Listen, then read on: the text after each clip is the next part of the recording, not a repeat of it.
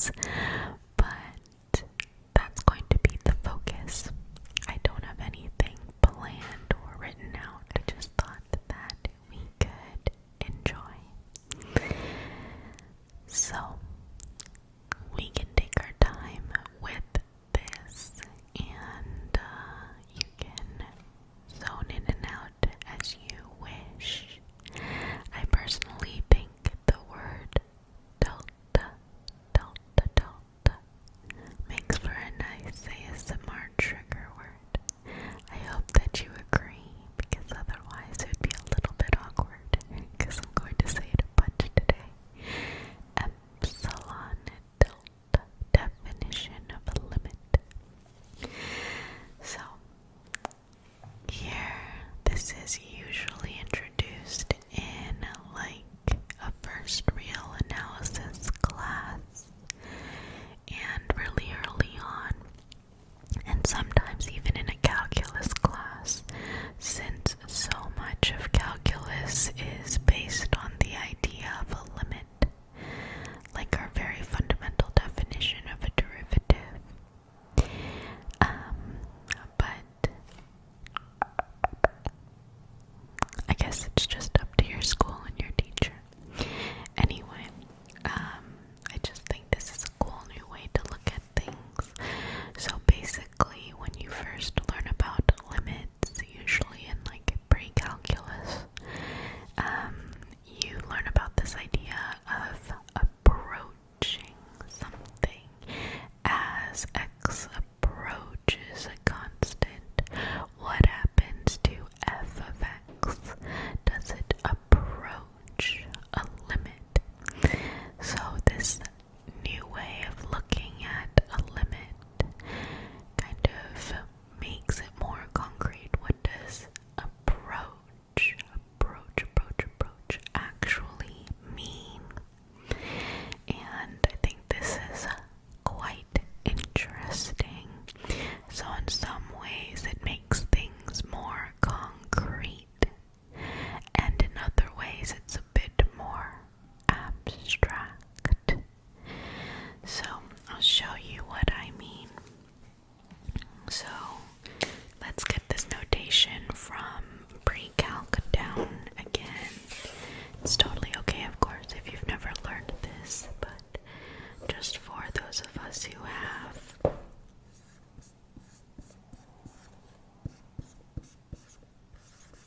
Let's say we have this. So this says that the limit of a function of x as x approaches some constant a equals L. Okay, so L is a constant, A is a constant. So this is a statement. And in pre-calculus, we learn that this limit is actually a combination of two one-sided limits. In order for this to be true, the limit as x approaches a from the right-hand side, so usually we'll have an x approaches a with a little plus like that.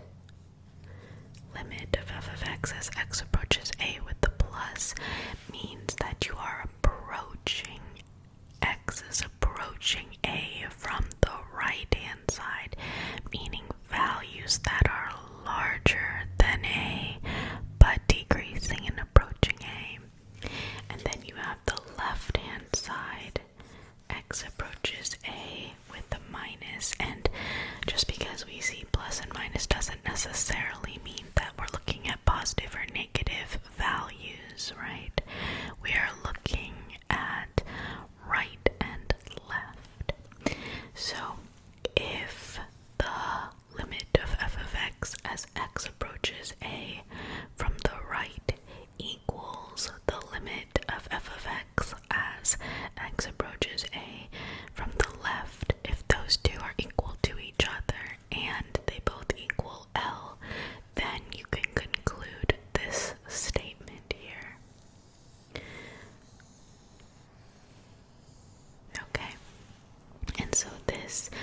what does it mean to approach A? Remember that X is our horizontal axis, Y is our vertical axis. So when we're approaching A, let's say from the left. So let's say A is 1.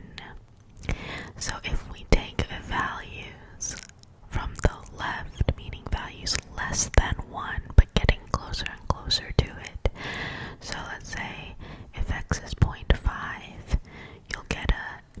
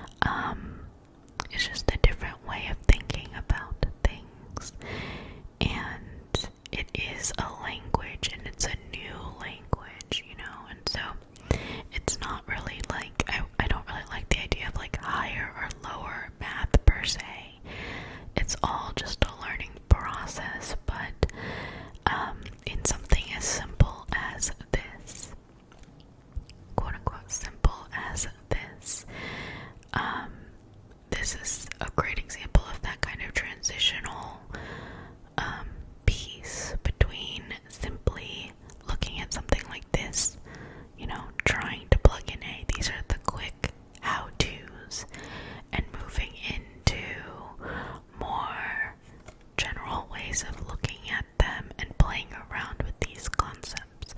And so it's okay to take your time. It's like a new pattern to recognize, and it might seem silly. I don't know who out there might need to hear this, but back in the day, for me, I would have needed to hear it. So it might seem silly that you need to kind of start over again to build the next layer, but that's often how growth comes, right? Like, you kind of have to re-stir up, rework with your foundation a bit to grow higher, to grow further. And so it is okay to feel like you have to learn a new language again. And, there's nothing wrong with it, and you're not stupid. You're not stupid if it doesn't click right away. So, anyways, I don't know if anyone needs to hear that, but this applies for any kind of learning. And honestly, when we learn anything new or practice anything new, it's always kind of abstract at first anyway, right? It's just some general idea. And then, of course, sometimes we put pressure on ourselves to get it right away, or maybe the person over there gets it and it's easy for them, and so we feel dumb if we don't. But that kind of thinking doesn't help us learn it any faster. And even if we pull it off by memorizing, or it kind of looks like we get it, maybe we don't, and that feels bad too. Anyways, I just want to kind of encourage this process here in our Math Nook space. And if you're in topology 10.285, I hope that, it can also make you think about how you can encourage someone else as well. Okay, anyway, we'll way off on a tangent. So basically, we have a new thing here, epsilon and delta. Epsilon and delta. And this definition is not, it's not, there's a lot more stuff in, like, that's way more abstract than this, but I just think this is like a first example of things getting a little more abstract here. Actually, in a way, when you go from algebra to geometry, let's say, that's also a little bit more abstract, only because memorizing definition and rules is one part of learning geometry, but actually putting it all together in a proof or trying to kind of reason through things, that's a little bit more abstract as well. But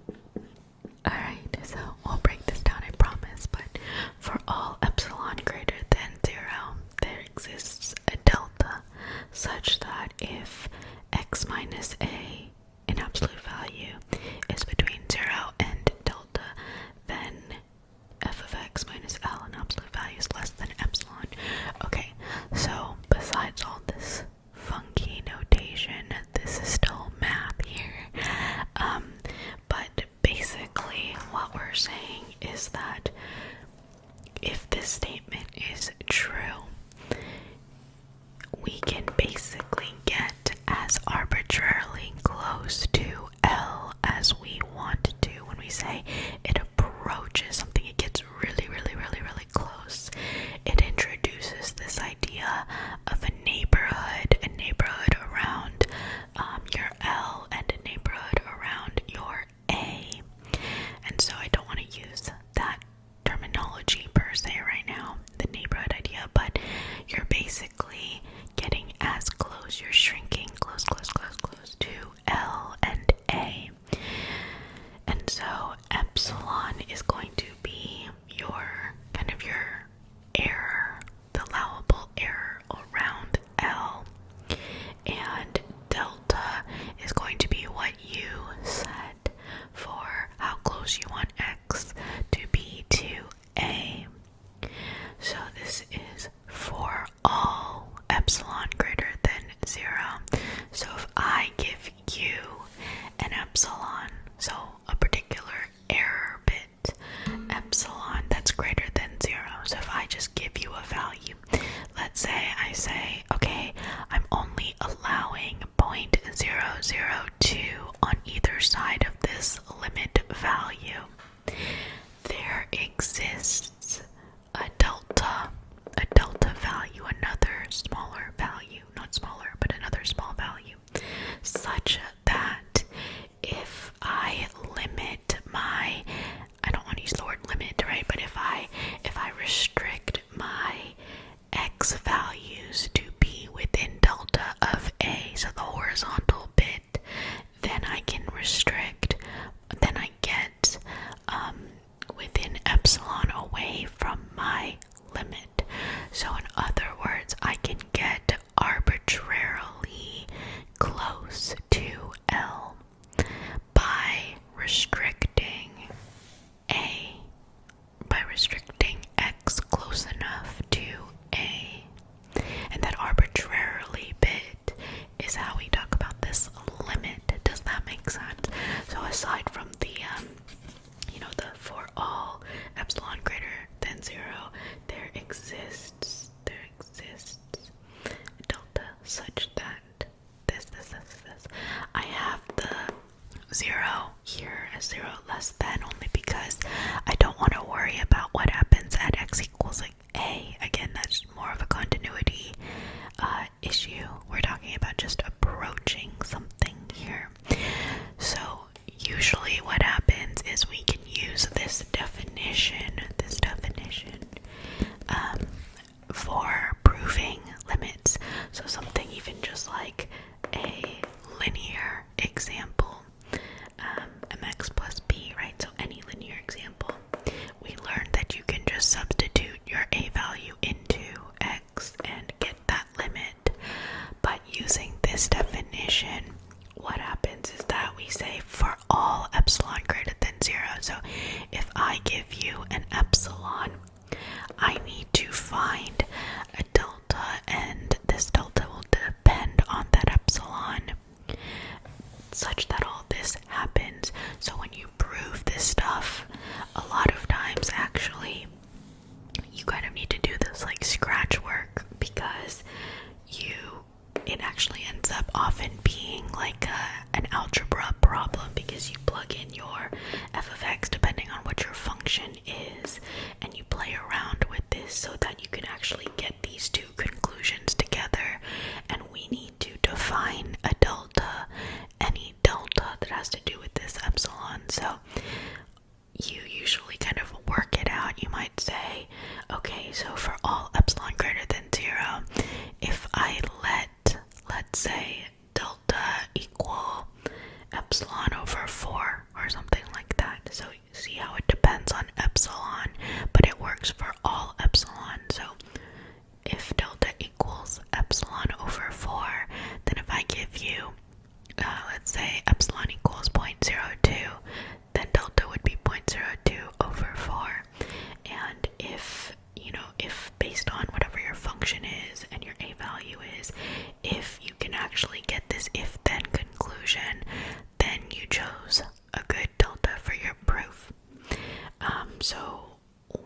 actually write it out. You need to actually calculate what makes sense. So you don't just pick a random, like, oh, if I said delta equal epsilon over 200, this will work. You need to actually kind of make sense with the actual function itself, and that bit is kind of complicated, but what ends up happening is usually you work this out and you figure out what a delta would have to be based on that epsilon to make this work, and then when you write the proof, you just state it. You say let delta equal, let's say epsilon over 4, whatever, and then you conclude if this then this. So this is an example of, if you never learned this before, then you might read a proof, let's say the epsilon delta definition proof of whatever function, and you might just be like, I'm dumb, I don't get why, why delta has to equal epsilon over 4, and you're looking for some kind of formula for it, and you might just feel stupid for not getting it. That might not actually be the case.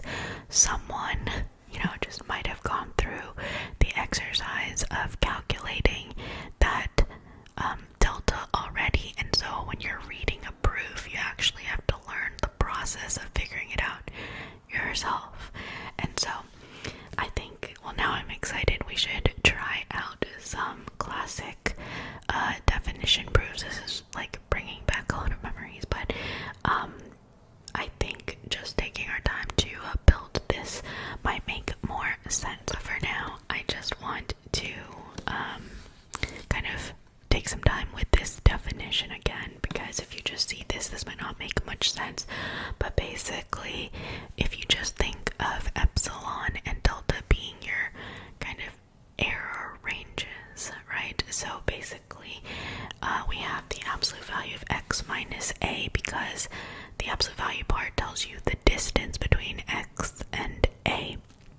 And so if that distance, because x can be less than a or greater than a, so the absolute value takes care of the positive, it makes it positive, right? So if that is within delta, and if you actually expand this inequality, you have a plus delta, and you also have a minus delta. That's your little neighborhood, this range of numbers here, or domains of numbers, whatever. But you know what I mean, like the actual range of numbers, not in this context, domain and range. But for here, we also have, L plus epsilon and L minus epsilon as your range of numbers here. So that's what this notation actually means. That's what I mean by the neighborhood. So you're just talking about your allowable error in a way. And so you're basically saying, if I keep my x close enough to a,